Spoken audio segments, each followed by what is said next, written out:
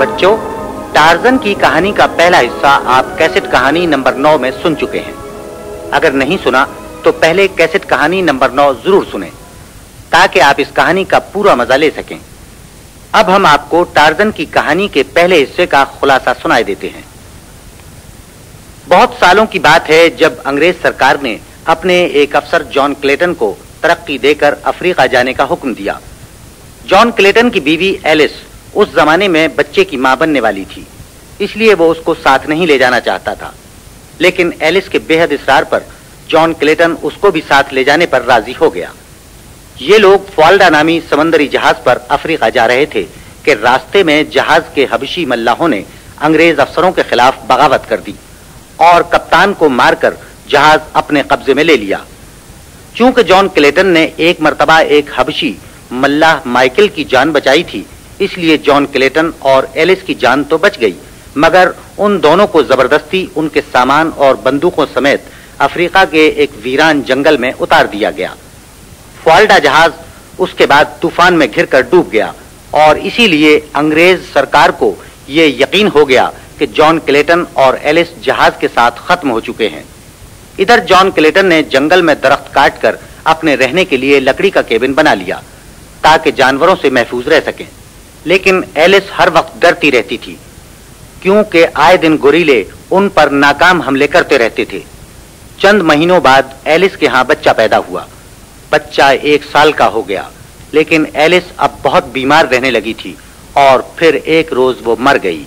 John Clayton अभी उसके गम में रो रहा था कि गोरीलों के बादशाह करचाक ने इस मौके से फायदा उठाकर उसे भी खत्म कर दिया।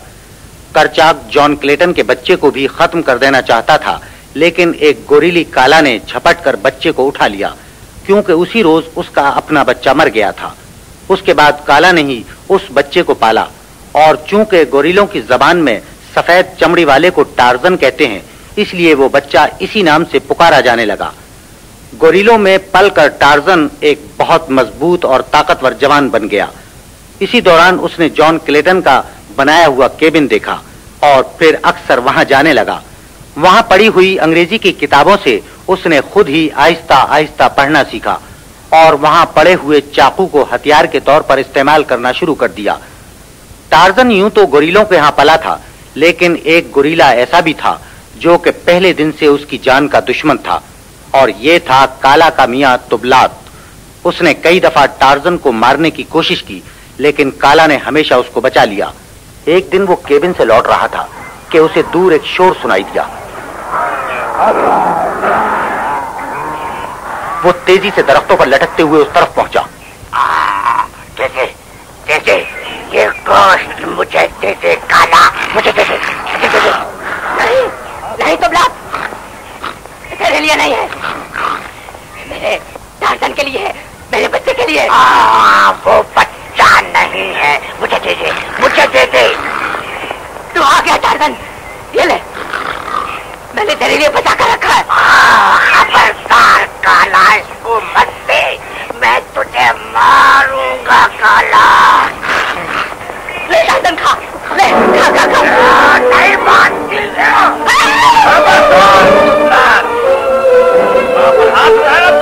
क्या कर लेगा ड्यूटी के बच्चे? बता पकौड़े, क्या कर लेगा तू?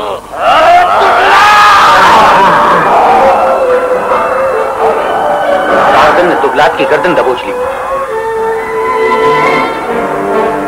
तुबलात ने दोनों बाजुओं में उसे जकड़ लिया। टार्जन का सांस बंद होना शुरू हो गया। यकायक उसे ख्याल आया कि उसके पास चाकू है।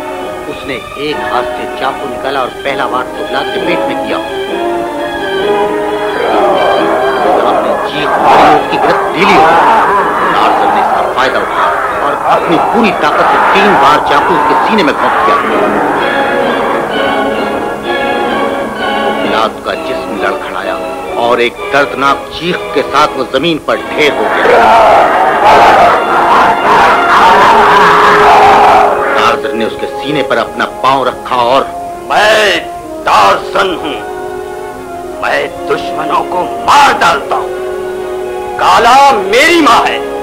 इसको किसी ने कुछ कहा तो मैं उसको खत्म कर दूंगा, समझे? सब गोरिल्ले खामोश रहे।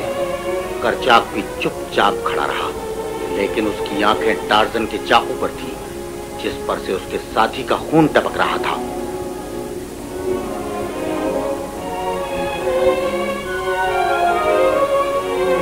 टार्जन रोज केबिन में जाकर किताबें पढ़ता रहा। अब उसने ये तस्वीरें देखकर अंदाजा लगा लिया था कि वो जानवर नहीं इंसान है, लेकिन उसने अपने जैसा और कोई नहीं देखा था। एक दिन उसे ये मौका भी मिल गया। आदमखोर हबशियों का एक कबीला जंगल के इस हिस्से में आ बसा। उन्होंने अपना एक गांव बना लिया और आराम से रहने लगे। उनके सरदार का बेटा कोलोंगा तीर कमान हाथ में लिए शिकार की तलाश में फिर रहा था कि उसको काला नजर आ गई।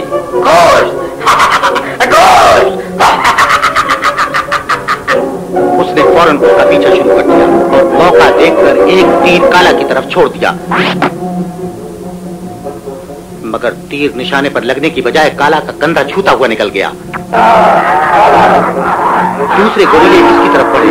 काला पलट कर एक खूंखार चीख के साथ कोलोंगा पर झपटी। तेजी के साथ दूसरा तीर काला के सीने में उतार दिया। दूसरे गोरिल्ले ये देख के कोलोंगा पर हमला करने पड़े।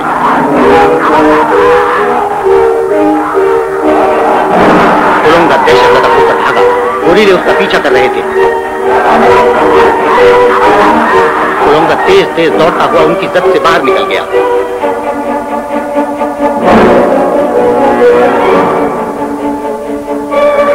गोरिल्ले वापस हुए और काला की लाश के गिर्द घेरा डाल दिया। इतनी देर में टार्जन भी वहां पहुंच गया। क्या हो रहा है? क्या हुआ काला? माँ, मेरी माँ, मेरी माँ! ये किसने किया? किसने मारा मेरी माँ को? बताओ, बताओ किसने मारा मेरी माँ को? मेरी माँ! बोल कच्चान, ये कैसे हुआ? काला का कातिल एक काले रंग का जानवर है। उसके बदन पर बाल नहीं है। कातिल के पांव के निशान देखकर टार्जन समझ गया कि वो एक इंसान है। वो उसी वक्त उसके ताक़ुब में रवाना हो गया। कई घंटों के सफर के बाद वो आदमखोर हबशियों के गांव के पास पहुंच गया। थोड़ी देर बाद वो एक नदी के किनारे उसे अपने जैसा काले रंग का इंसान नजर आया। टार्जन समझ गया कि यही उसकी मां का कातिल है, क्योंकि काले आदमी के पास वही तीर थे जिससे काला हलाक हुई थी। टार्जन उसको मार डालने के लिए मचल रहा था, लेकिन उसने ये फैसला किया कि पहले वो ये मालूम करेगा कि ये कहां से आया है, ताकि वो ये जान सके कि इंसान किस तरह रहते हैं। टार्जन छुपकर उसका पीछा करता रहा। अचानक उसे एक खुली जगह नजर आई जिसमें बहुत सी झोपड़ियां थी और इस हबशी जैसे और लोग काम में मसरूफ थे। टार्जन ने सोचा इसको वहां पहुंचने से पहले ही खत्म कर देना चाहिए। उसने दरख्त से एक रस्सी का फंदा फेंका जो कि सीधा कोलोंगा के गले में पड़ा। टार्जन ने एक झटके से रस्सी को खींचा और कोलोंगा को फांसी दे दी।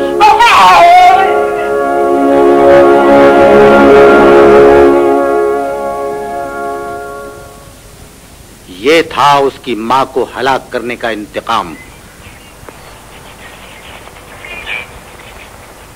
अब टार्जन गांव के करीब एक घने दरख्त पर छुपकर हबशियों को गौर से देखने लगा।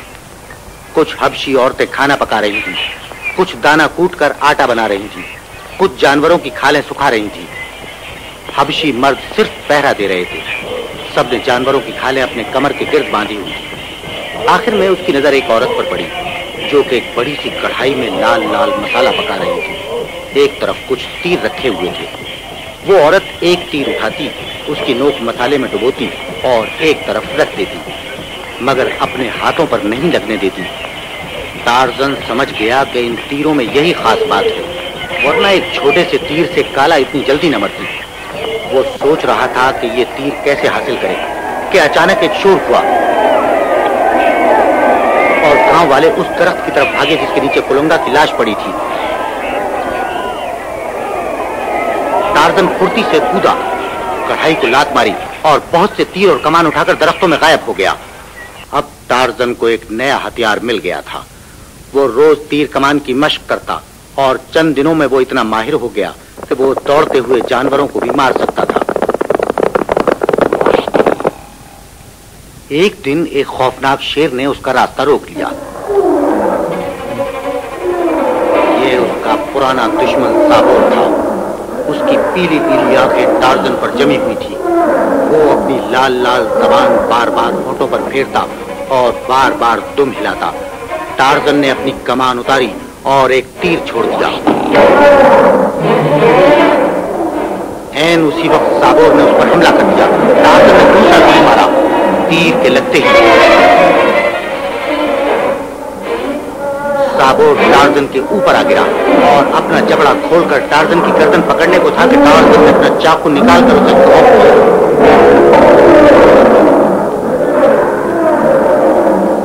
اور سابور تڑپ تڑپ کر مر گیا۔ ٹارزن نے سابور کے سینے پر اپنا پاؤں رکھا اور سر اٹھا کر ایک جیتے ہوئے گوریلے کی آواز لگائی۔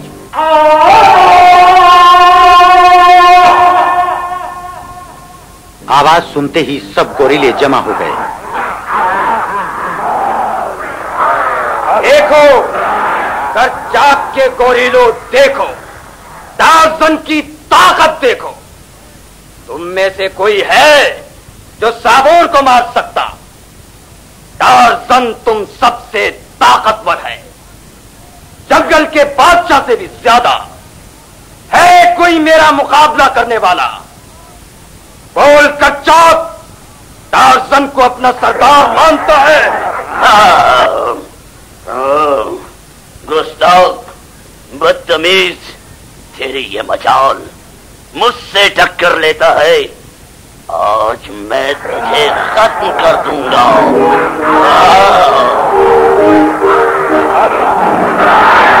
اور کرچاک نے اس پر حملہ کر دیا۔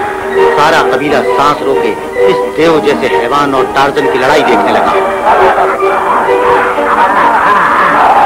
ٹارزن کے تیر کمان شیر کے ساتھ لڑائی میں گر گئے تھے۔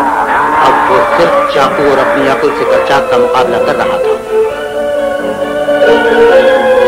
وہ ایک دوسرے کی طرف بڑھے، ان کے جسم ٹکرانے کو تھے کہ ٹارزن نے اچھل کر چاقو اس کے سینے میں گھونپ دیا۔ اس کا خیال تھا کہ گوریلا فوراً گر پڑے گا، لیکن کرچاک آخر قبیلے کا بادشاہ تھا، اس میں بڑی جان تھی۔ اس سے پہلے کہ ٹارزن اپنا چاقو اس کے جسم سے نکالتا، کرچاک نے زور کا تھپڑ مارا۔ اگر پڑ گیا ہوتا تو ٹارزن کی کھوپڑی پھٹ جاتی، مگر ٹارزن عین وقت پر جھک گیا۔ کرچاک کا وار کھالی گیا اور ٹارزن نے اپنی پوری طاقت سے اس کے پیٹ میں گھوسا مارا۔ کرچاک کی ٹانگیں لڑکھڑائیں، چاقو ابھی تک اس کے سینے میں چھپا ہوا تھا۔ اس پر بھی اس نے ٹارزن کو پکڑ کر اپنے لمبے نکیلے دانت اس کی گردن کی طرف بڑھائے۔ ٹارزن نے کرچاک کا گلا پکڑ کر دبانا شروع کیا۔ کرچاک زیادہ طاقتور تھا، اس لیے وہ آہستہ آہستہ ٹارزن پر حاوی ہوتا جا رہا تھا۔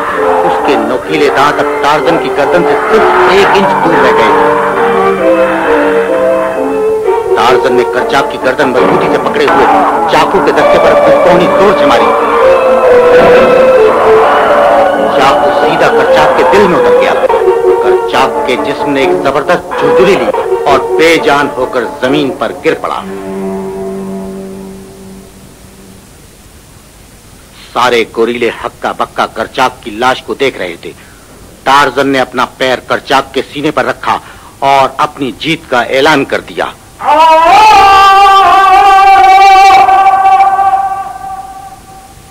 اور یوں گوریلوں نے ٹارزن کو اپنا سردار مان لیا۔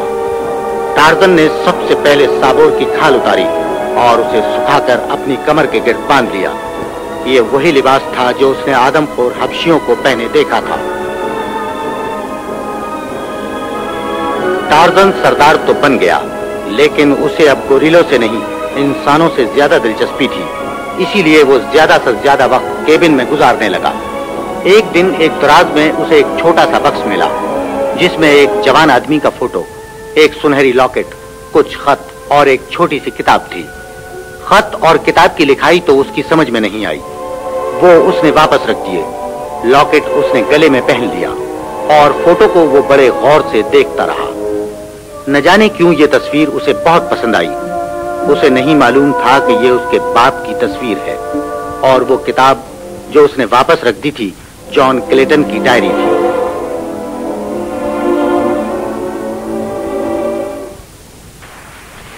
एक दिन टार्जन केबिन की तरफ आ रहा था कि उसे दूर एक बादबानी जहाज समंदर में खड़ा नजर आया। वो फौरन एक तरफ पर चढ़ गया और उसने देखा कि दो कश्तियां किनारे से लगी हुई और उसमें से उस जैसे सफेद चमड़ी वाले इंसान उतर रहे थे। उनमें से एक बूढ़ा था जिसके बाल सफेद थे और आंखों पर ऐनक थी। दूसरा एक लंबा तड़ंगा नौजवान था जो बूढ़े आदमी को सहारा देकर उतार रहा था। उनके बाद एक मोटी काली हबशन उतरी जिसने शोक रंगों के कपड़े पहन रखे थे। आखिर में एक लड़की उतरी जिसकी उम्र 19-20 साल की थी। कश्ती का मल्लाह एक ठेंगना करख चेहरे का आदमी था। इन लोगों का सामान उसी ने उतरवाया और दूसरी कश्तियों के मल्लाहों के साथ मिलकर केबिन तक पहुंचा दिया।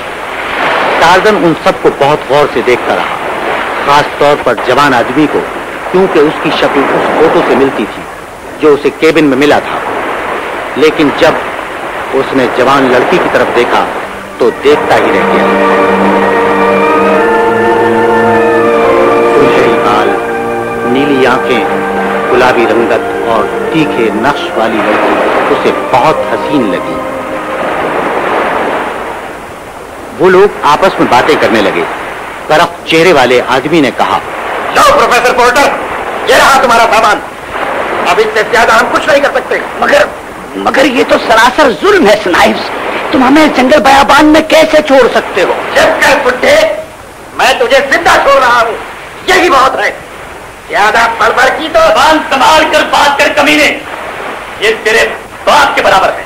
बकवास बंद करो विलियम क्लेटन, यहाँ तेरी अब तरी नहीं चलेगी। बेटे विलियम, तुम इस बदतमीज के मुंह न लगो। हो सकता हम कब तक इसकी बकबक सुनते रहे? पहले इसने हमारा खजाना छीना, फिर हमें इस वीराने में ला फेंका और अब जबान चला।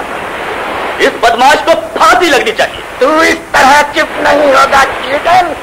टार्जन ने देखा कि ठिंगने आदमी ने पिस्तौल निकाला और जवान आदमी की तरफ निशाना बांधा। टार्जन ने फौरन अपनी कमान से एक तीर छोड़ा। तीर ठिंगने आदमी के सर को तकरीबन छूता हुआ केबिन के दरवाजे में लगा। पिस्तौल उसके हाथ से गिर गया। विलियम क्लेटन ने लपक कर उसे उठा लिया। कमीने, अब यहां से दबा हो जाओ और ये मत भूलना कि जिस बंदरगाह से तुम अपना जहाज ले जाओगे, हमारा खजाना देखते ही तुम्हें गिरफ्तार कर लिया जाएगा। तुम्हें तुम्हारे किए की सजा जरूर मिलेगी। जाओ, दबा हो जाओ। चलो चलो चलो। और फिर वो मल्लाह अपने ठिंगने साथी को साथ लेकर वहां से चल पड़े और उसी दरख्त के नीचे आ गए जहां टार्जन छुपा हुआ था। स्नाइप्स, वो ठीक कह रहा था। अगर खजाना हमारे जहाज से मिला तो हमें जरूर गिरफ्तार कर लिया जाएगा। खजाने को बंदरगाह जाने से पहले छुपा देना चाहिए। हाँ, ये बिल्कुल ठीक है, वरना हम सबको फांसी लग जाएगी। अच्छा, जरा अपनी बकबक बंद करो, मुझे सोचने दो। चलो ऐसा करते हैं, सूरज गुरूब होते ही खजाने को यहाँ लाकर दबा देंगे। हाँ, और फिर बंदरगाह से खाने पीने का सामान लेकर वापसी में खजाने को ले जाएंगे। हाँ, ये बिल्कुल ठीक है। शाम को प्रोफेसर वगैरह जंगली जानवरों के डर से इस केबिन में दब के बैठे होंगे। अंधेरे में वो हमें देख भी नहीं सकेंगे। चलो अब वापस चलते हैं। हाँ, चलो चलो। इधर जब प्रोफेसर और साथी केबिन में दाखिल हुए तो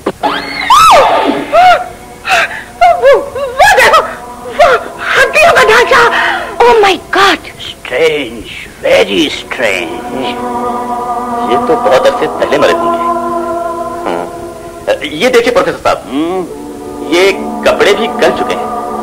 अरे, यहाँ तो रहने का सामान भी है और ये किसी औरत का ढांचा मालूम होता है। और ये देखो, यहाँ एक बच्चे का ढांचा सा मालूम देता है। God how awful.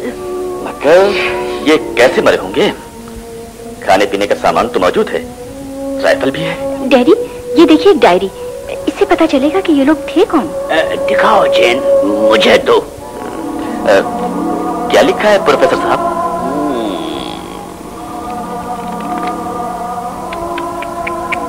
विलियम, तुम्हारी तलाश अब खत्म हो गई है।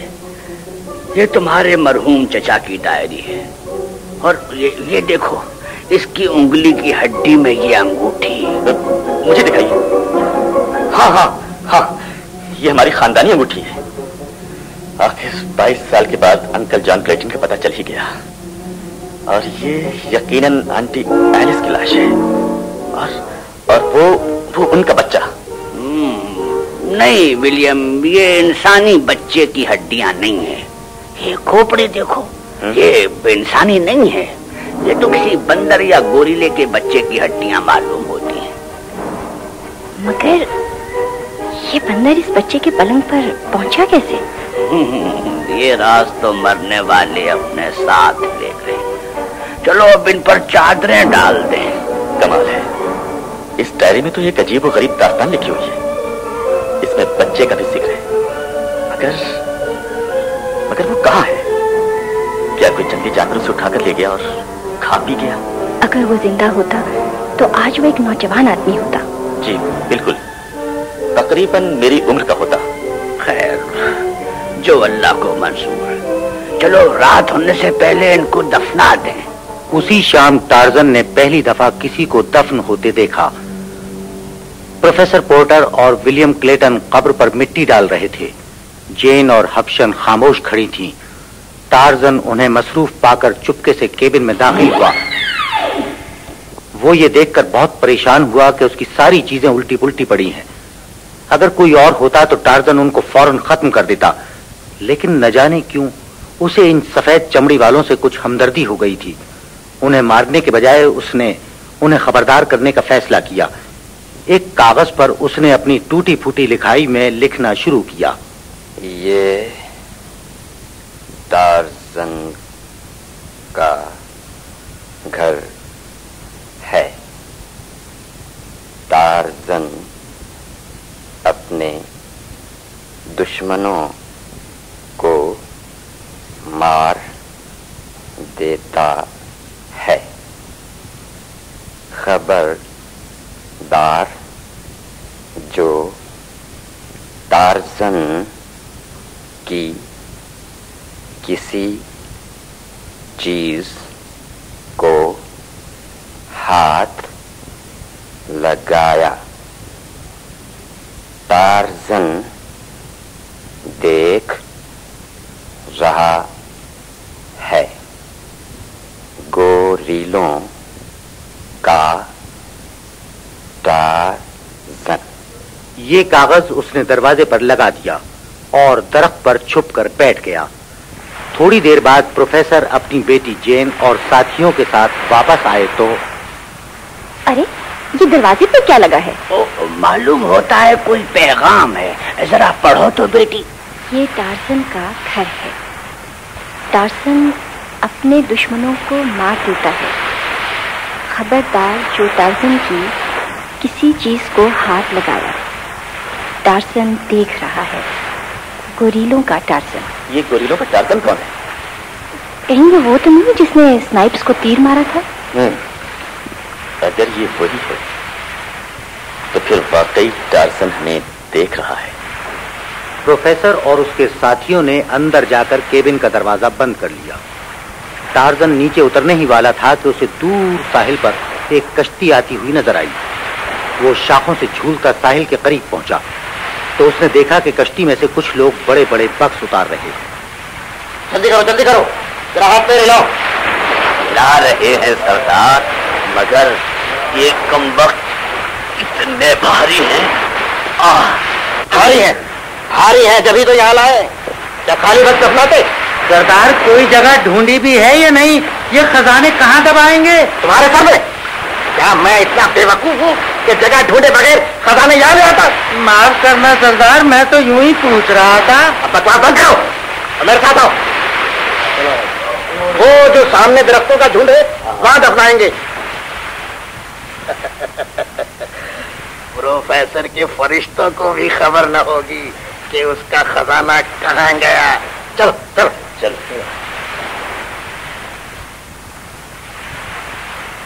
ٹارزن نے سنائپس اور اس کے آدمیوں کو خزانہ دباتے دیکھ لیا. جیسے ہی وہ کشتی میں بیٹھ کر واپس ہوئے, ٹارزن درخت سے اترا. اس نے ایک ایک کر کے خزانے کے تمام بکس نکالے اور انہیں لے جا کر دور گھنے جنگل میں جہاں گوریلے رہتے تھے وہاں درخت کے نیچے دبا دیے. دوسرے دن ناشتے کے بعد جین اور پروفیسر میں بحث ہونے لگی. بیٹی, یہ لندن نہیں ہے کہ تم بے خوف و خطر جہاں چاہو گھومتی پھرو. یہ افریقہ کا جنگل ہے, نہ جانے کتنے جنگلی جانور آس پاس پھر رہے ہوں گے. مگر ڈیڈی, ہم سارا دن کیبن میں بند ہو کر نہیں بیٹھ سکتے.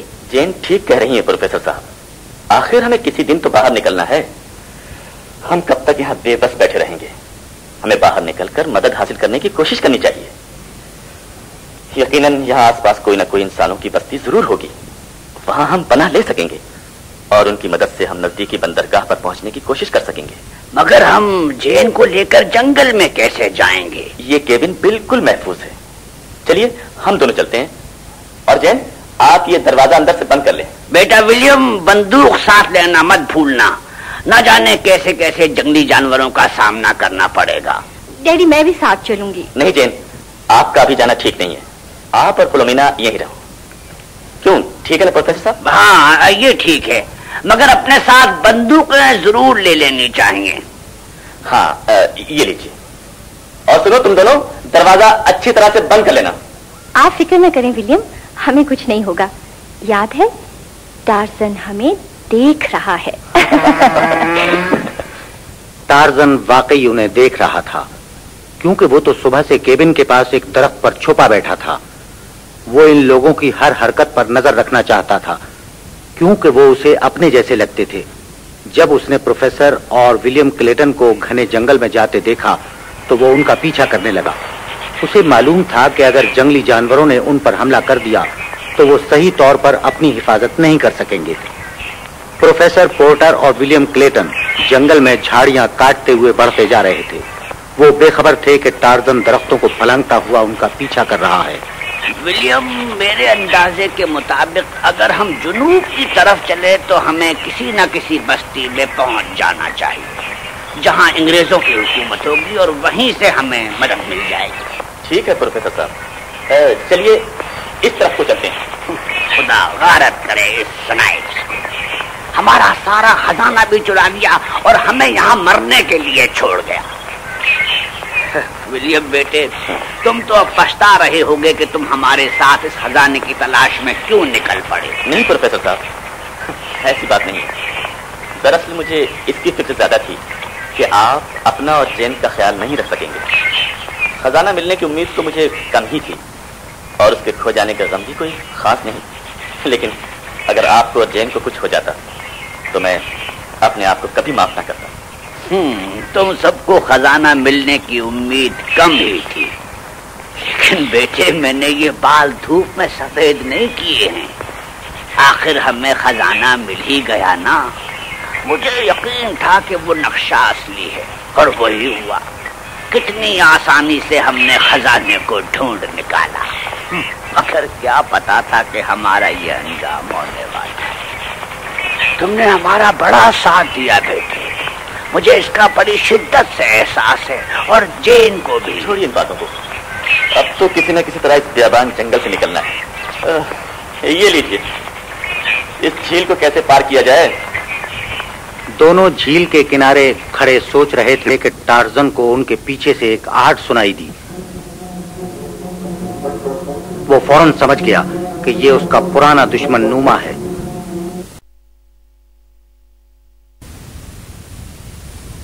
نوما ایک خوفناک ببر شیر تھا. وہ ایک وقت بھوکا تھا اور شکار سامنے نظر آ رہا تھا. آہستہ آہستہ نوما جھیل کے کنارے اگی ہوئی لمبی گھاس میں ان کی طرف بڑھ رہا تھا. टार्जन ने ऊपर से उसे देख लिया और अपना चाकू अपने दांतों में दबाकर दोनों हाथों से लटकता हुआ शेर और उन लोगों के दरमियान में पहुंच गया।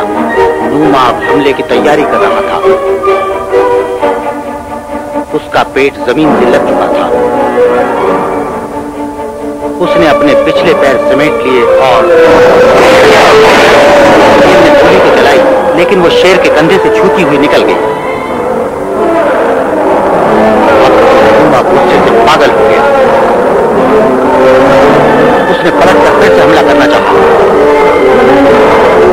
विलियम हाथों से बंदूक में दूसरी गोली डालने की कोशिश कर रहा था। शेर देख रहा था कि अचानक दोनों ने एक अजीब मंजर देखा। एक देव तकरीबन नंगा इंसान हाथ से शेर की पीठ पर आकर गिरा। उसने अपने बाजुओं से शेर की गर्दन को दबोच लिया।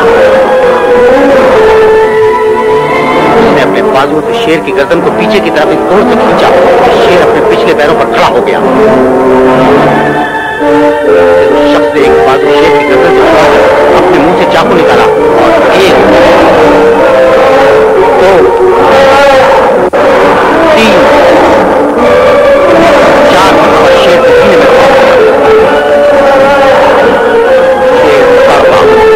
लेकिन टार्जन ने उसको जकड़े रखा। विलियम क्लेटन सहमे हुए हैरत से नजारा देख रहे थे। आखिर शेर के बदन ने एक जबरदस्त चौधरी ली और धड़ाम से उसकी लाश जमीन पर जा गिरी। टार्जन ने अपना चाकू उसके सीने से खींचकर उसे घास से साफ करके अपनी कमर से लटका लिया। विलियम ये सोचने लगा कि ये अजीब इंसान कौन हो सकता है। फिर उसे ख्याल आया कि कहीं ये वो शख्स तो नहीं जिसने स्नाइप्स को तीर मारा था और फिर केबिन के दरवाजे पर वो पर्चा लगाया था। अगर ये वही इंसान है तो यकीनन ये अंग्रेजी भी जानता होगा।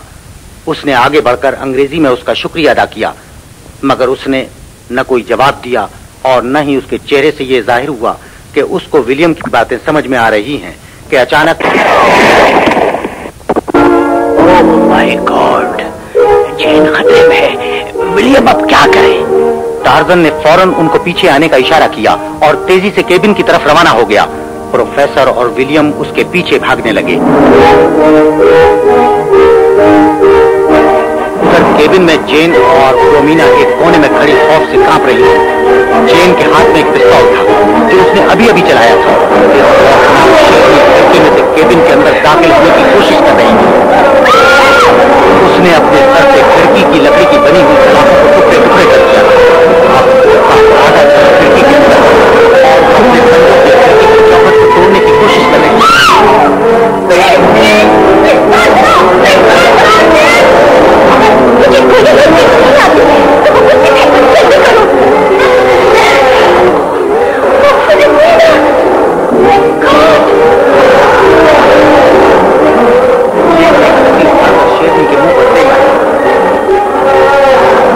शेरनी ने अपना सर पीछे कर लिया, मगर एक लम्हे के बाद ही वो फिर खिड़की पर आ गया। चीजें उठाकर उसके मुंह पर फेंकती जा रही थी। शेरनी ने ताकत के साथ खिड़की को धक्का दिया। खिड़की अब तकरीबन टूट कर गिरने वाली थी।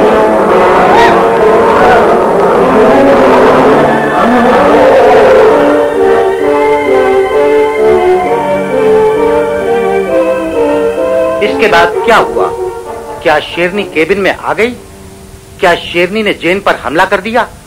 क्या जेन ने शेरनी को मार दिया? टार्जन की कहानी का बाकी हिस्सा कैसेट कहानी नंबर 11 में सुनिए। याद रखिए, कैसेट कहानी नंबर 11। और भूलिए नहीं, असली कैसेट कहानी फरीद अहमद की कैसेट कहानी।